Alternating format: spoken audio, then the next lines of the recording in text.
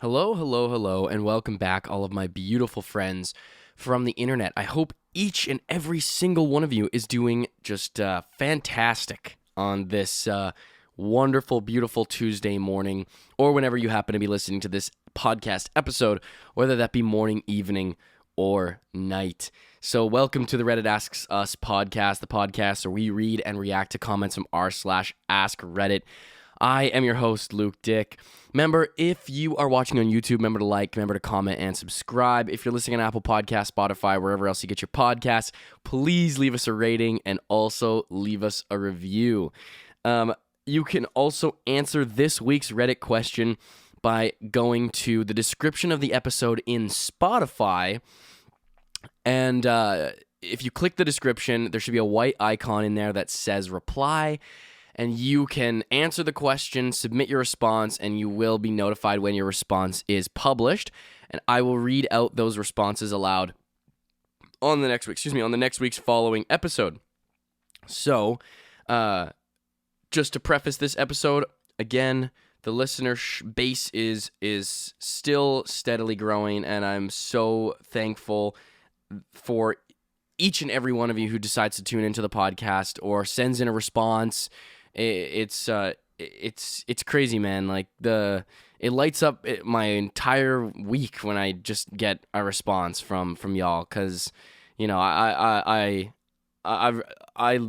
love you guys, and having you all as fans is just it's a real privilege. So I feel pretty ecstatic when I get to see what everyone has to say about the questions in a given week.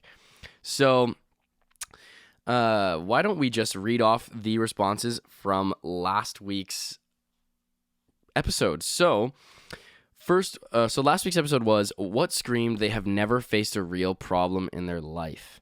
So first one here comes from Phil Savannah. When people say it's the worst thing ever, calm down, Deborah. It's a sunburn, not a death in the family. Also, anyone who hasn't had to deal with the girl they like getting pterodactyl at a party. Yes, I can absolutely see that. That is a very devastating happenstance. I'm hesitant to go through explaining what that is again. I'm sure people can look it up.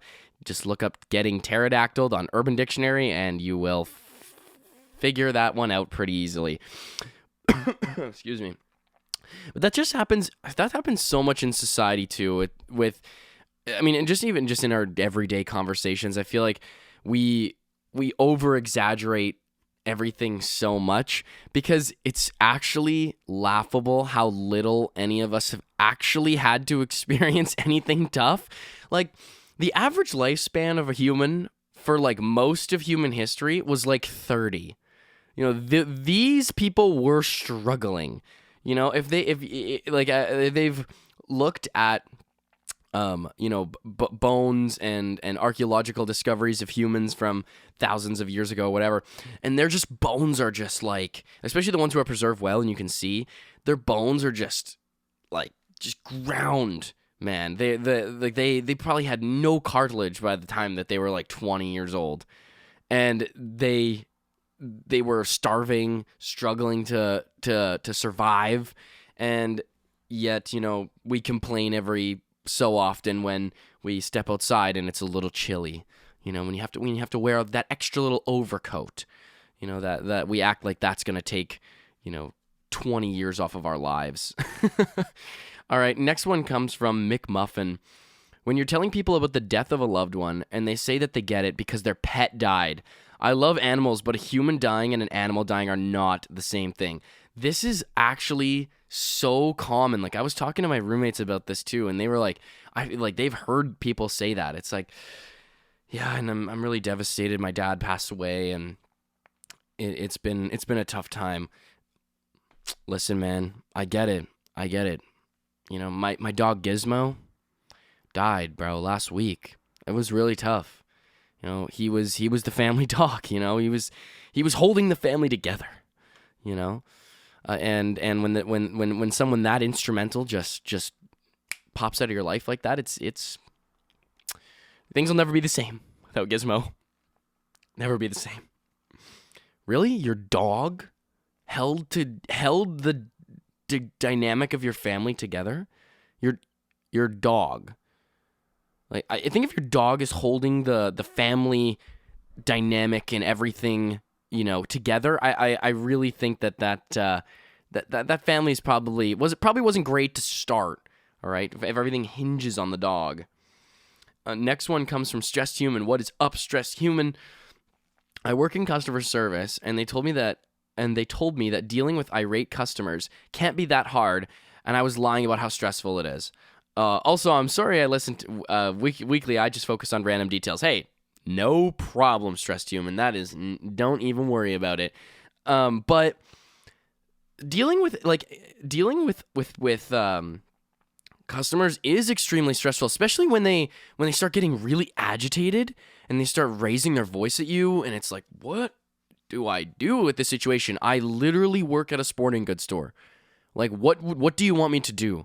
I do not have in the back. There is no phone to the Pentagon of, the sneaker manufacturers that's going to get me to drone drop off the sneakers that you want. I'm sorry, we don't have them. I'm just the front man here. All right? Like, you should be mad at. There's so many other people in the world that you could be mad at. All right? There is, like, especially, oh my God, I was talking about this with a friend recently. It was like I don't understand people who are wealthy and well off, and they get mad at service workers. It's like, really, like this is the peak of your issues. This is where you need to get mad. Don't you need to be worried about your, like, fiscal earnings and stuff? Like, isn't that a little bit more of a source for motivation than getting your, chicken sandwich on time? Really, this is the peak of concern right now. Whether or not they put pickles on your chicken sandwich. It seems like you need to, flesh out your priorities here. You're putting a little bit too much effort into being concerned about how your chicken sandwich comes out and, how well your company's doing. I think, that those two things aren't exactly the same. Excuse me. Next one comes from Schnishsums. A kid at my school a few years ago below me wanted a BMW 13. This kid years later failed his exams and wept until his rich parents got him his BMW and instantly crashed it. He just crashed it to piss them off. He was just like, just wait till I get my BMW, and Daddy's going to have to buy me a brand new one instead of this. Oh, this one literally has 5,000 kilometers on it, Dad. It is not brand new. You're going to sit here and try to tell me that this car's brand new? 5,000 kilometers? This is practically going to... I might as well just drive this right to the scrapyard. Okay? No, I'm going to crash it, and then you're going to buy me a brand new BMW. Because I'm not going to let this shit fly, okay? I'm not going to let it fly. Next one comes from the user with the, I think that's the non-Bahraini flag, the Israel flag, the Pride flag, and the U.S. flag. Kid was crying because her parents wouldn't buy her a vacation home in Puerto Rico. She already has like 5 vacation homes. They said they would take her anywhere in the world, but no more vacation homes. Why do you need a vacation home? What is wrong with just like an Airbnb? Like, seriously? Like, you need a home? You have to have a home for yourself. The other 5 vacation homes just didn't seem to... They didn't cut it. They didn't get past the scrutiny. Just no. It's one more vacation home. You know what? The word of advice that I'm going to give you. I'm going to tell you this. Getting that 6th vacation home, that's going to solve all your problems. That's going to make life just, as soon as you guys get that last vacation home, your life problems are going to be just minimized to the farthest exponential degree. It really is. If you really want to figure out a way to solve your problems, you just got to buy another vacation home. Okay, this is solutions, people. We want to talk about solutions. These are solutions. All right? The world's problems are not that difficult to solve, okay? Come on, people. Next one comes from The Dopic. Haven't responded because I was in the hospital. I can't think of anything off the top of my head, but great episode. Also, get well soon, Vortex. And get well, you too, the topic. I hope that everything is okay and your health is doing well, okay? We all wish for the greatest health of everyone in the world. So, and especially the users or the listeners of this show, who we can talk to directly. I really hope everyone is doing well. Next one comes from Cheese. I don't have one. I live in a trailer park in a small town, but either way, good episode. Thank you very much, Cheese. Most appreciated. Next one comes from Grayson Sandersfeld. I love seeing new people respond. Thank you so much for responding.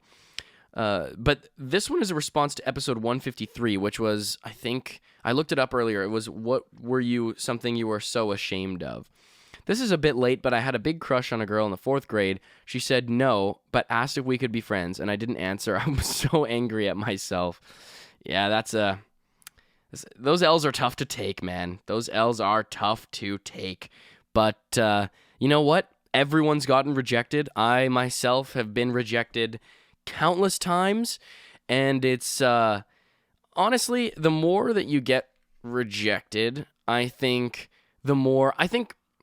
it's a tough one, because I think as long as we are putting our best effort forward into presenting the most authentic version of ourselves, I think that is really the marker of importance.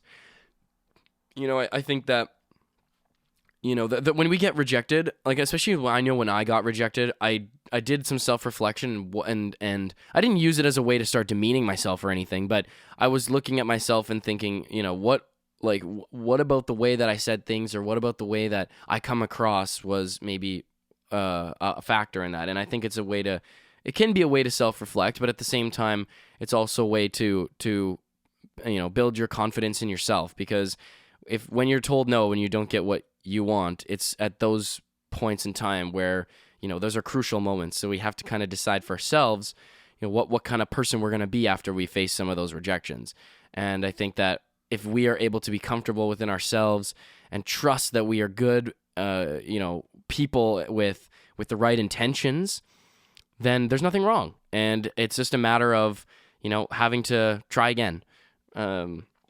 It's not going to be easy, but it does work. I care way less about what people think, straight up, like, a lot of times, because I've been rejected, because I start to understand, like, there is nothing necessarily wrong with me as long as I have the right intentions and I'm being respectful and honest and a good person. So anyways, that was a little deep.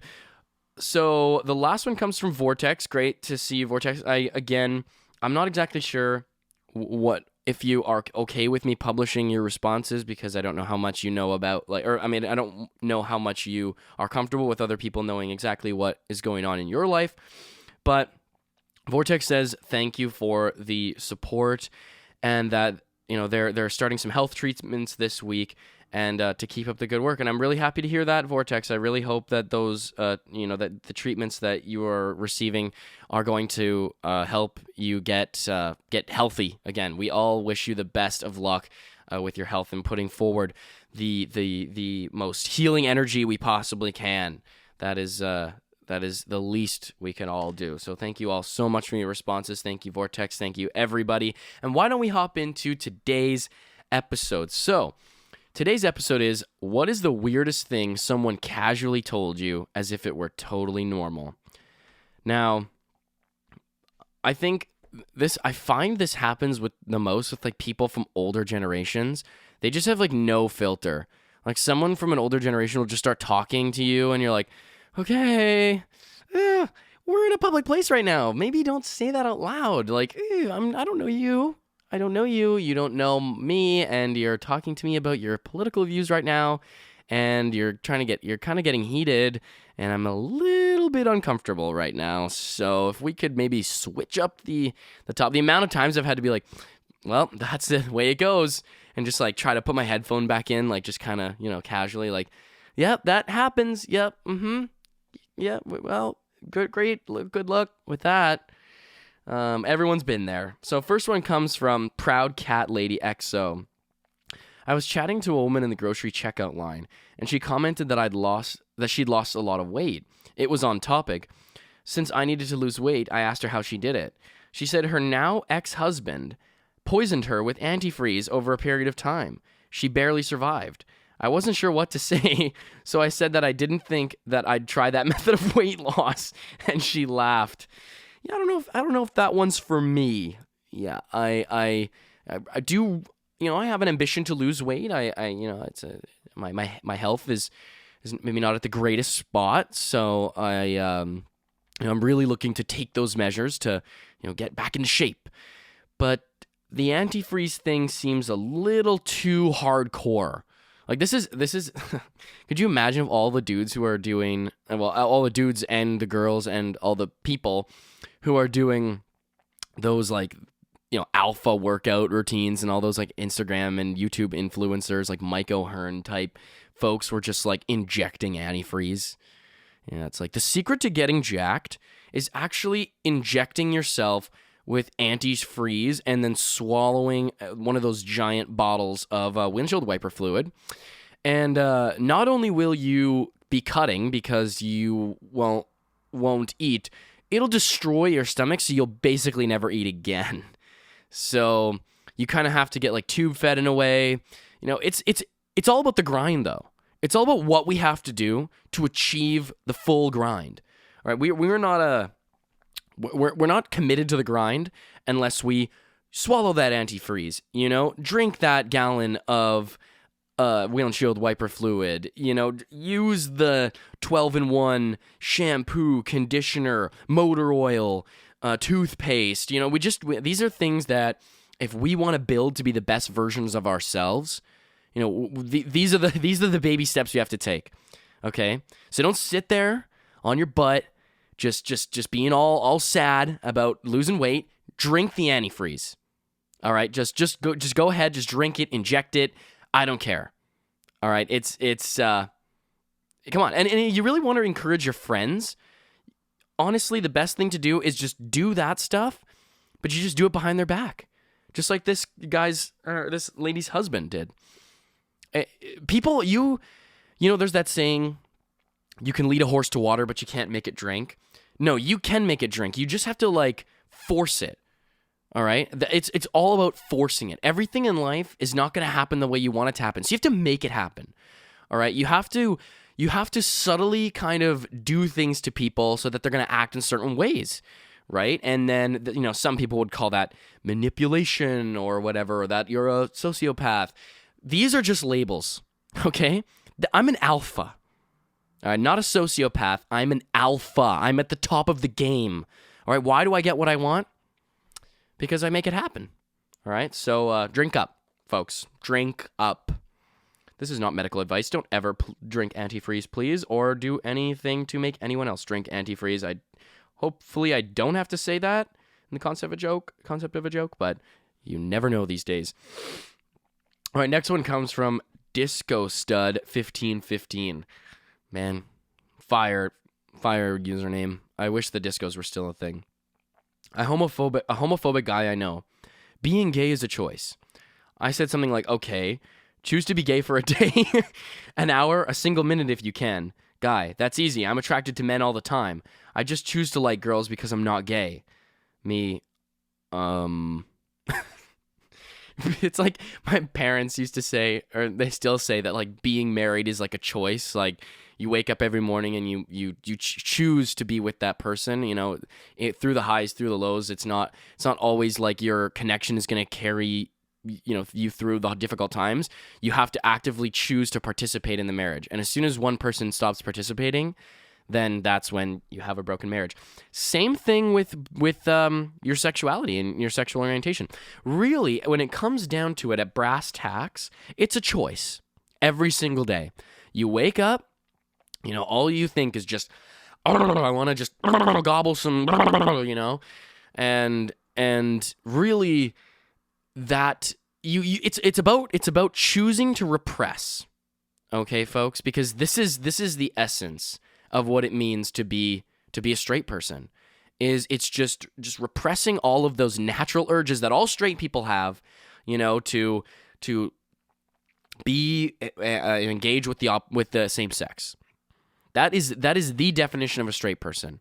Okay, that is my experience. That's everybody else's experience. I think, obviously, because my experience is generalizable. So, if I'm a human, I can speak for all humans, and especially the straight humans, and I can say that yes, being gay is just it's just what you wake up and you just choose to just be straight every single day. It's always a choice. That no matter how much you're just yearning, I hate being with women. Oh my God, it's disgusting. Am I right, guys? Am I right? It's just, this is gross. But you just do it because that's how we're meant to be. Okay, we're meant to. Nothing in life comes easy. Okay, even being straight doesn't come easy. It's actually insanely difficult. But yeah, nothing's handed on a silver platter, right? Am I right? Nothing's handed on the silver platter for you. So you just gotta wake up and choose. It's like, I think you might be gay, bro. I really do think that you were attracted to men, which is, all amazing. That's great. I just think that you should just maybe, the amount of effort that you're putting into, choosing to be straight every day is effort I think maybe could be used by some other things. Just that mental effort that it's taking you to really repress your natural inclinations. I think there's some wiggle room there to just move that motivation elsewhere. It sounds like you're really repressing. So next one, and also, folks, I'm just joking around here. Obviously, being gay is not a choice. Being straight is not a choice. It is just a matter of your life and how you feel, just like anything. We try to make sure that this. I hope people understand that I'm joking, but sometimes I have to say that. This podcast, we make a considerable effort because we have listeners who are trans, we have listeners who are non-binary, we have listeners all across the board, and I am so proud of that fact because it means a lot that we can be inclusive and see humor in everything, but we don't have to be, we can roast, people, humans, for doing stupid shit, whether you're, whether you belong to any group. People, we all do dumb things, and that's what's funny. But we make a concerted effort on this show to be very inclusive with people. And if you don't like that, then don't listen to the show. I love all my queer listeners, everyone who's a person, a human being, someone with a consciousness, a conscious soul inside of them who's listening to the show is always welcome. So, yes, I choosing to be any of that stuff is obviously not a choice. Just joking around, folks. Next one comes from Tanmay Sinha. Oh, my parents fight every day, and my father left in a rage this morning, saying he was going to jump in front of a train. I hope he comes back before I get home. He did before. Oh, yeah, that's maybe not something you should just tell a random person. Yeah. Oh, yeah, just when the parents are fighting, when the rents are getting at it, just like, man, it's so weird that everyone's parents, is still together. Because my parents, I can't believe that they're not split up. It's remarkable because it's no, people's parents do split up because they do fight. Yeah, that's just mom and dad. It's mom and dad doing mom and dad things. He threatened to kill himself. So that's everyone's parents, right? Come on. I mean, when has your dad not said that? That's kind of that's the classic response, right? I'm going to leave the family. I'm going to abandon you. I don't care about you. My dad says that stuff all the time. He's just razzing. He's just razzing us. He's just joking around. Classic dad. Classic dad. I don't think I am equipped to deal with this situation right now. People are so fascinating, man. People will literally just tell you anything. If you ask them enough questions, it is wild how much people will tell you. Because there's this psychological principle that people love talking about themselves people love talking about themselves to a pretty large extent. You know, I've had strangers tell me things that it's like, I mean, I didn't ask about that information, but I mean, you're more than welcome to tell me about it. It sounds interesting. It sounds like you're maybe wanting to talk about this to me, but just want to make sure that you know that we don't know each other. Like, I don't know you. So you telling me about how your dad wants to drop out on your family and that your parents fight every day. Well, you know, all the best to you. You know, I'm gonna be supportive, but I'm a stranger. So I think we need to be a little bit more weary of who we're telling this very vital personal information to. All right, next one comes from Chrissy Minaj. Someone said to them, I've had 12 DUIs, 8 concussions, and died twice. Can't wait till I can drive again. This time I'll take my life more seriously once I get this ankle bracelet off and my license back. I don't know what the most alarming part of that sentence was. Holy crap. So let's go down the ticker list here. We got 12 DUIs. You know, that's everyone's got at least a couple. All right. A couple DUIs. That's, you know, are you really living in modern society? Am I right? 8 concussions. So definitely CTE, you know, but again, ever since that dude who discovered CTE, you know, everyone's saying they got it, right? So it's more prevalent now than ever. So CTE's got to be a normal thing. It's like rolling your ankle, okay? So what? I have, you know, bouts of rage that I can't control, and, you know, I'm ripping my teeth out and gluing them back in, and it's just, you know, that's the nature of being a human. Am I right? We are all just people, you know, but don't be ashamed. There's nothing wrong with what you're doing. There's nothing putting other people in danger sometimes, you know, being wildly aggressive. This is just, all right, these are natural human tendencies, all right? So we don't shy away from them, folks. We why would we want to repress our humanity? Am I right? So, yeah, 8 concussions. Died twice. That's always an interesting one. Yeah, died twice. So, you know, just 9 lives. Right, 9 lives. That's just that saying is it's not just a saying, folks. And can't wait to get the ankle bracelet off and get the license back. Yeah, you know what's crazy is that in our society today, our government will give their license back to people like this. It's like, what? Really? We have a whole track record of him. So the person's at the desk. Okay, yep. So I see you have 12 DUIs here. You've been involved in 8 car accidents. Let me get your... Oh, yeah, okay. And yeah, that's your date of birth. Let me just take you to the back. We'll take your license photo and just get you on out of here. Because, you know, we know you're busy people. So, you know, we know how much that license is, you know, a necessity. So let's just go to the back and take your photo and get you on out of here. Get that brand new license. It's like, what are we doing, folks? We are concerned about we're not concerned enough about these types of things, folks. Next one comes from I used to be hip. A friend of mine was explaining to me why he had to repeat kindergarten. All right, sounds normal enough.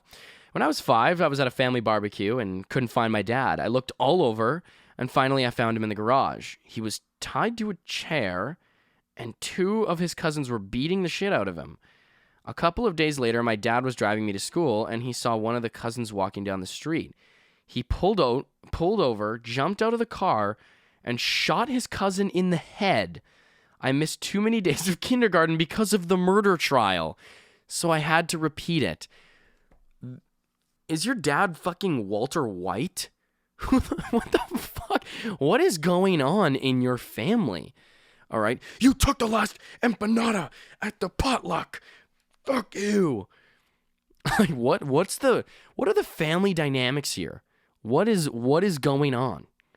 Okay, I am just immensely curious what the deal was here, right? That being tied to a chair, there's not many situations I could think of in my life where I would be necessarily tied to a chair and have people beat me up at a family gathering, right? It's something maybe not at the family get together, folks, right? Maybe not at the barbecue, maybe not at the family function. I think there are, you ever just tried, just talking, just working out the problems. I don't think we have to maybe resort to chair tying and beating the crap out of someone, but that's the world we live in today, folks. You never know when Walter White is walking down the street.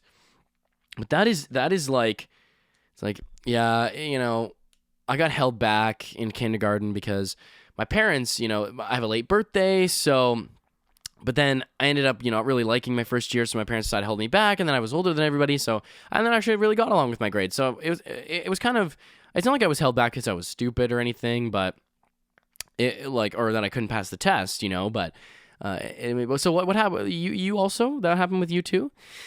Yeah, my dad basically shot my cousin in the face in the middle of the street. So I was at the murder trial that whole year. You know how that goes. Murder trials, right? So, yeah, that's kind of what held me back. Yeah.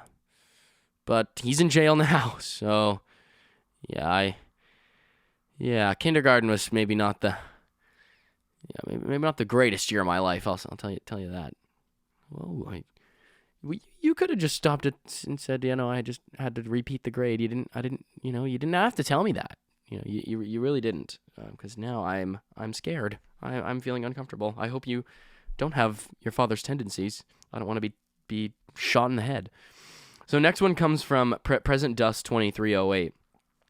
A guy once told me how he loved the feeling of wearing casts. So he'd put casts on himself for days or weeks on end, even if it meant he couldn't drive and would be stuck at home the entire time. He'd use vacation time to wear full leg and arm casts. Okay, I'm going to just go out on a limb here and say that he doesn't just like it. Okay, this isn't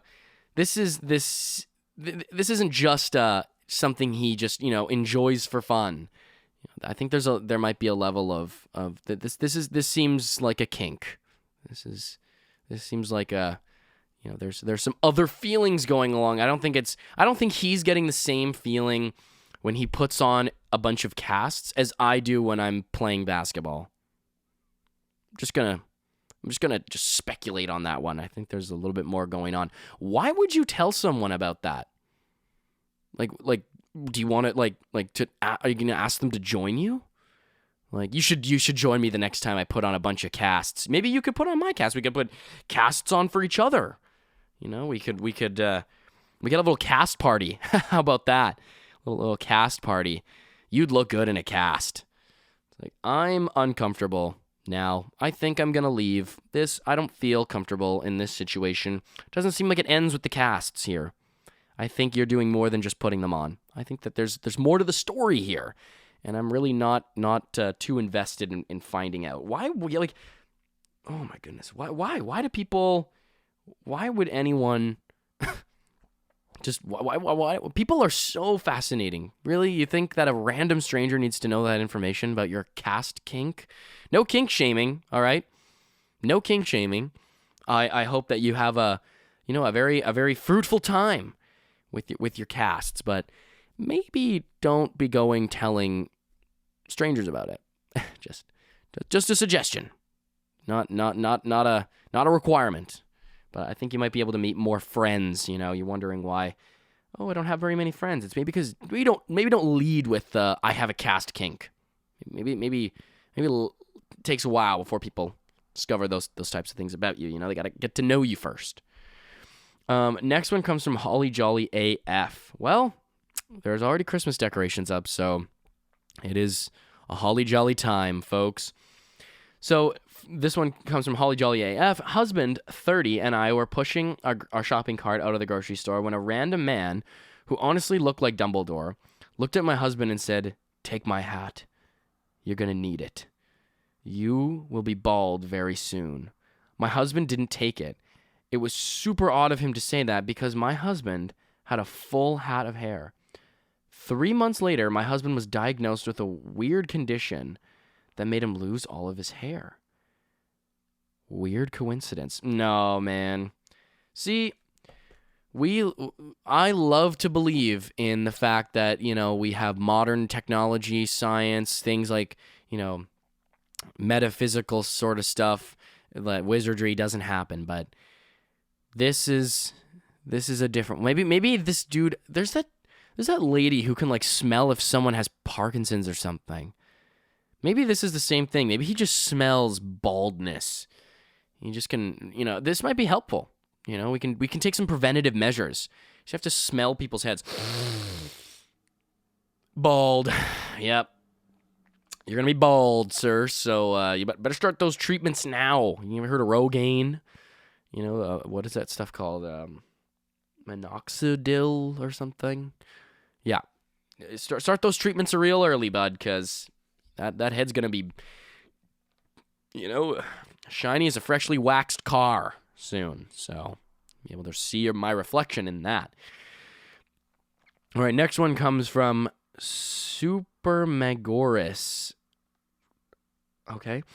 Was 10 or 11 and riding public transit. This is already just the most stereotypical place that someone's going to tell you some random fucking shit is on the public transit. This is why I seriously don't know how people survived without headphones. How did people do it? How was that even possible? When I'm going almost anywhere out in public, it is head down, hoodie on, headphones in. Don't talk to me. All right, that's the rule of thumb. All right, unless you're a listener of the show, then feel free to talk. Which is actually funny. I've never actually met a listener of the show in real life because no one really knows what I look like unless you've been watching from a long time ago. So you'd only be able to recognize me by my voice, maybe, or if someone said my name. I wonder. But anyways, and riding public transit, and had some dude in his 30s sit next to me, 30s, sits next to me, putting me. So I'm in the window seat, and they're in the aisle seat, so I'm trapped, and starts talking about how he got out of prison for raping his brother, and how you shouldn't do that because someone makes you angry. Told in a way where they thought they were really passing on helpful advice. Bro was so surreal, I didn't even realize how disturbing it was until the first retelling of the story. Bro really thought he did something there.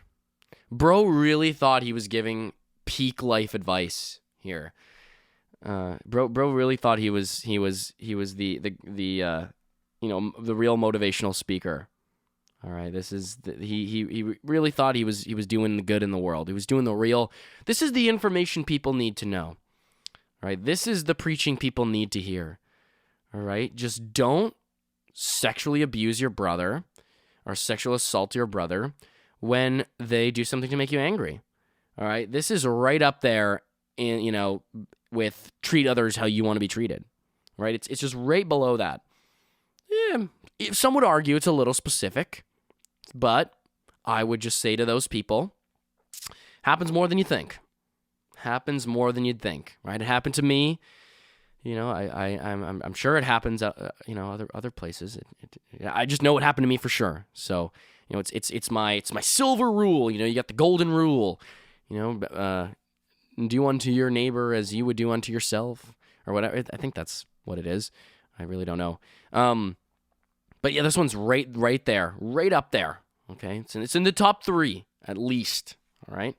So just keep that in mind next time you might be in that situation.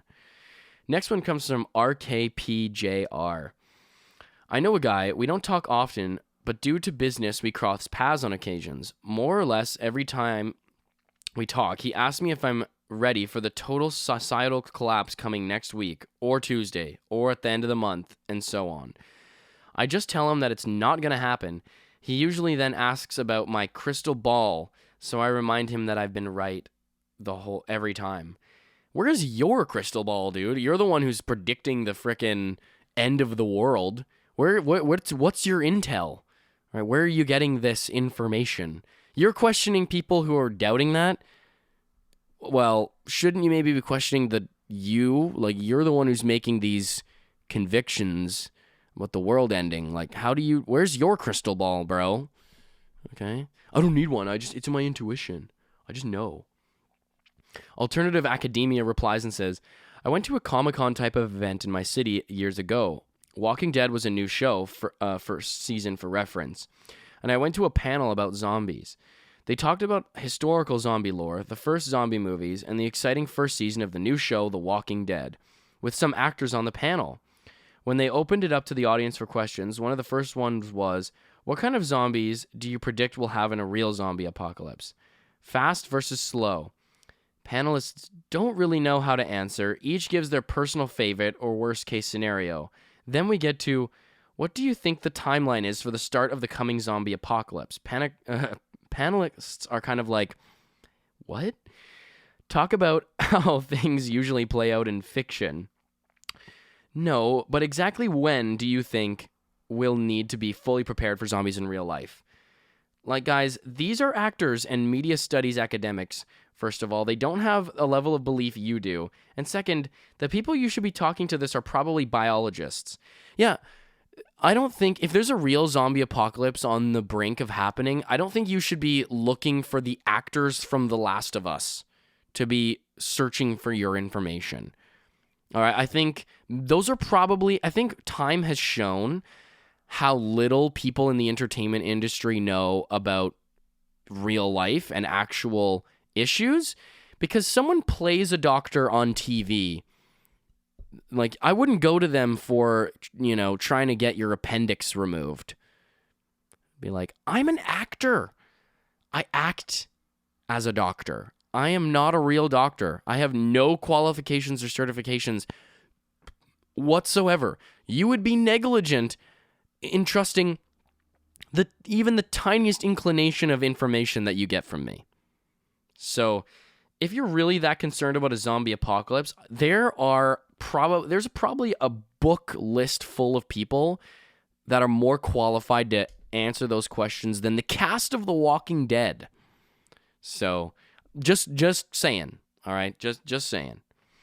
Next one comes from Looky Lou. I had a college professor on the first day of class say that she's obsessed with Q-tips and cleaning her ears, that her family has had to limit her to 3 a day. So, welcome to Intro to Stats. We're going to be talking about a lot of basically statistical principles and your basic statistical mathematics this semester. A couple things about me. I did my PhD in statistics in 2005. I've been working for close to 20 years at the university.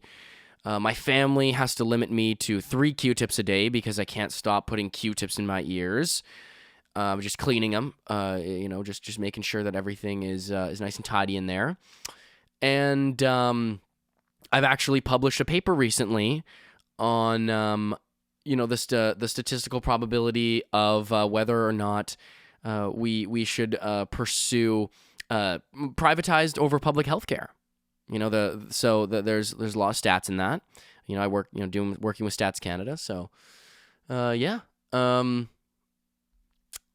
that's just a little spiel about me. Yeah, I'm concerned. I don't know if I want you to be my prof now. I think the Q-tip thing was a little. Don't you think that's a little bit off the mark? A little bit out of left field. Maybe that's not entirely on topic. I don't know if you could write a statistical analysis on the amount of Q-tips that you use. I think it's not a very deep topic. Anyways, next one comes from Chai CGX2. That they have 6 kids, all with different dads, and each dad is in prison. Well, okay. All right. I wish the best for you. I hope that your children are doing well. This is the type of person that'll just like sit beside you when there's like their 5 kids who are just going insane, and they're just like holding their baby, and then they just like hand their baby to you. It's like just hold him. I've literally never held a baby in my life. I'm 12 years old. What do I do? What am I doing? This baby just puked on me. Nice, that's great. Yay, the baby just puked all over me. Oh, yeah. Oh, are you leaving? Oh, are you gonna? I have your kid. I have your child. Yeah. Oh, now you're coming back. Yeah. Sorry. Yeah. You just forgot your 6th child. Yeah. I don't think that I can take this one home. This isn't. Wasn't. Well, I planned on taking home a t-shirt maybe from the game. You know, not a baby. You know, I don't have a whole lot of time to raise a child. I'm literally 12 years old. So next one comes from Shirley Moe. A story from a friend. In Colorado, someone once asked, "Can you watch my wolves? I can pay you in weed." Well, that's classic Colorado for you. You know, it's a lot of skiers, a lot of wolf owners, I guess. What? Why do you own wolves? That's what is your first thought wasn't like a dog, maybe? Wolves are non-domesticated animals. They are wild animals. Maybe what, you just don't want a dog. So something like, maybe skip all the difficulties of owning wolves. Maybe, I don't know. Next one. This will be our last one here for the show. Say Jules says, when I was in high school, I was sitting next to a friend on the school bus. Mid-conversation, he spits his gum into a wrapper and put a new piece of gum in his mouth. When I asked him why, he said that his tooth fell out in the gum, but he didn't want to interrupt the conversation, so he nonchalantly switched out the pieces. Oh, that is... What? You think that's just casual information? You don't think that's something you are gonna just, oh, my tooth fell out of my gum? No, that's just, no. The conversation was just too engaging. It must have been a real gripping topic. That you just had to ignore that your tooth fell out, and you didn't want to interrupt the conversation. Classic situation. Classic one. Just keep going like nothing happened. That's what the rents taught me, I guess. All right. Thank you all so much for tuning in to this week's episode of the Reddit Ask Us podcast. I am your host, Luke Dick, the podcast where we read and react to comments from r/AskReddit. Remember, if you're watching on YouTube, please remember to like, comment, and subscribe. If you're listening to Apple Podcasts, Spotify, wherever else you get your podcasts, leave us a rating, please, and also leave us a review. It would be much, much appreciated. Thank you all so much for your responses this week. We're getting a ton of responses, and it's awesome. So I really appreciate that. And if you want to tune in and submit your response to be published, remember you can do that by going to the description of the episode in Spotify and clicking the icon that says reply, and you can submit your response and you will be notified when your response is published, and I will read that response out aloud on the next week's following episode. Thank you all so much for tuning in. I can't wait to be with y'all next week. Peace out. Love you. Goodbye.